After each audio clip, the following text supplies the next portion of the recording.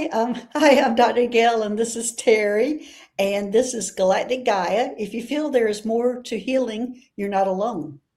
Welcome to Galactic Gaia. I'm your host today, and I will be interviewing Terry. This is a place for intuitives, sensitives, and awakening souls who feel there is more to healing than what we were taught. We will be interviewing different types of healers, and today I will be interviewing Terry. So, Terry, so Hello, Gail. How are you? good. How's That's what everybody? Mr. Opening, everybody. So there we go. Okay. Yeah. So we're going to be talking about Terry's healing and her background. And I wanted to talk about Terry's background first because she has such a unique background. I feel she has a unique background that most of us don't experience. And so, Terry, go ahead and tell us about it. And I'm not sure how many people you do really talk about it. I mean, you kind of skip over it or tell a little bit or snip it here Yeah, and there on your show, but you never go into the details of it. you're right. I don't, and I just always think, oh, it's all about everybody else. Right. But yeah, it's a fun background. So I started seeing spirit when I was in the crib, and they would come to me on a regular basis. Some of them were galactic, some of them were angelic that would come in and help me to work with my sensitivities and turn the channel. And and then as time went on, I would see family members that had left the planet and angels as well. So and then I started seeing galactics everywhere. So if I went out shopping, if I went to a concert, I would see these beings and I would smile at them and they'd start laughing because they're like, oh my God, she can see us. So Well, let me ask you a question on that. Who were you able to talk to? Or because most people don't have anybody in their life if they're seeing those things yeah. to talk to, or if they are talking to them, they're shut down immediately because their family members don't want to hear about it. They want to have this child that, is special or is seeing these things because they're labeled crazy. So they shut them down pretty early. But your journey was different. Yeah, I was really lucky. My mom was involved in metaphysics, and in fact, she hosted a book club at her house for the Melchizedek principles. So she was really involved. So she really supported me. I think my high school graduation gift was a psychic reading from a good friend of hers, who in turn took me to visit an art gallery that was filled with galactic work. And that's kind of what I'd been painting too in high school are these galactics coming in. So I was like, oh, okay, that's who they are.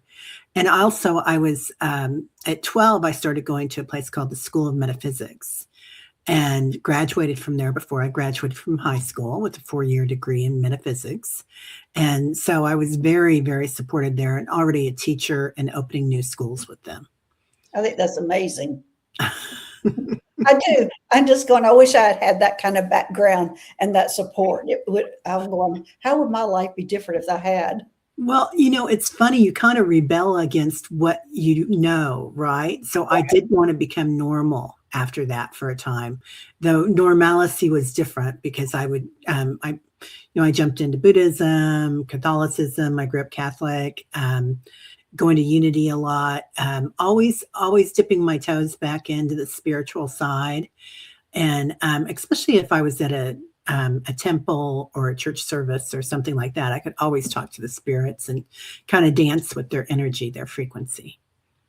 Okay. Well, now let's go into your journey as becoming a healer and how that actually happened. Because you were exposed to all these things and you even started your channel. And correct me if I'm wrong, you actually became a healer after you started your channel and were doing metaphysical things. Is that correct? Well, yes and no. I Okay. started doing uh, different types of healing, but actually, I was doing Kundalini healing when I was in the School of Metaphysics. So I was exposed to that as a preteen or teenager, and then as time went on, I was kind of doing my own thing, and I got into pranic healing, and then as YouTube came on. I also met Reverend Saul, who was a crystal shaman and crystal healer, and he taught me crystal healing. And then also with Debbie Freebird and Jeff and Kevin Lewis, I went out and got my not Kundalini, my You're Reiki right. 4. Yeah. So I went through the classes with them. So I've kind of got a wide spectrum of healing, and it kind of all meshes into a salad bowl. And that's what you call Crystal Reiki healing. Is your Yeah, you can call it that. Yeah. And it's really kind of, it's a heart-centered healing when I really go into feeling the compassion, not just the compassionate heart, but feeling like all the chakras and the different areas of the body, and I can feel them and where things are. And then I also do a little talk when I'm doing that to find out what's going on emotionally that might need to be released at the same time. Okay. So you focus on spiritual and emotional um, things of the person when you're doing your healing sessions. Those are what you focus on. Yes, because it's always the root of the problem Right. or the root of the dis-ease. Okay. Well, this always fascinates me also, but tell everybody about who you bring in to assist you in your channel and your healings. Yeah, so I call in 33 trillion angels every day, ascended masters, usually to the frequency of the 144,000 to the 72nd power or something. Anyway, it's just, it's a ginormous, fun group that I call in. And really, I don't feel like we need them, but they're fun to have. So, and I enjoy them. They bring me joy and wonder. So I always call them in because I feel like, it's like this energy that you can bring in, and why not do it? And really, they bow to us. I mean, they're like, we have just as much infinite potential as they do. Yeah. So we don't need them, but gosh, they sure are fun. Yes. So are they the ones that keep you grounded and energetically clear also, or do you have other practices to do that? Both. Sometimes I really fly a lot with them. I'm what I call a jumper. And it's easy for me to jump in between dimensions. Right. So I have to stay grounded. I go outside to ground. I've got a lot of different things that I do. I've got a lot of rocks here. And I have a lot of crystals here. So sometimes I have to go outside, and a lot of it has to do with water. I've got a hot tub, and that's part of my medicine too. So A friend of mine, that's one of her medicines. She gets naked in her hot tub, and yeah. it's outside. So Yeah. that really grounds her. So okay, well, Teri, can you kind of explain what you do, or what like a session would look like, a healing session for people who might be looking for your type of gifts to share with them, or if you could just give them an example of what a session would look like. Yeah, well, number one, energy. I don't give my energy. I'm a conduit of the energy, so I accept it with my left hand and give it with my right. And I, when I turn it on, like Reiki on, flip the switch, turn the channel, and I'll do a body scan, and then I'll come back through. And Can you explain how you do a body scan? yeah, it's heart centered, so I can feel in my heart space what somebody's going through. And I can feel the energy blockages. If we're in person, I will use a pendulum, Okay. and the pendulum will tell me, or I can use a crystal, and the crystal will tell me. And then I come back through and I heal it with the crystals. And you don't need to have the physical crystal. It can help, but Right. you can just telepathically do it with the crystalline energy, and just open up all the channels and then see where things are. Now, there's a new thing that they've been showing me, which is kind of like galactic surgery, it feels like. You tell me on that one. But you open up the crown chakra, and there's all these threads of energy inside here. Mhm. And you reconnect, and it's not the way that I want to reconnect it. It's for the most beneficial outcome to the person. Right. So And that's one of my surgeries that I do. They put this crown on here. It opens up the head, yeah, and you see in the instruments, it goes and you see all these little sparks flying where they're yeah, disconnected connecting everything together. Yeah. Oh my God, we haven't talked about this before, Gail.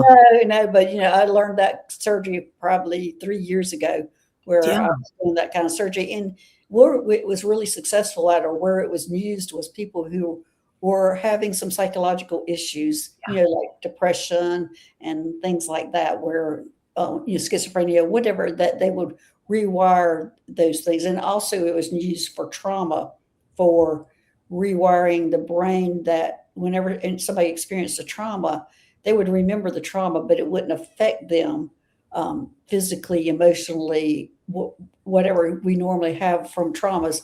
But when they rewire the brain, that's allowing them to remember it, but not experience all the things that we do normally when we do have a trauma.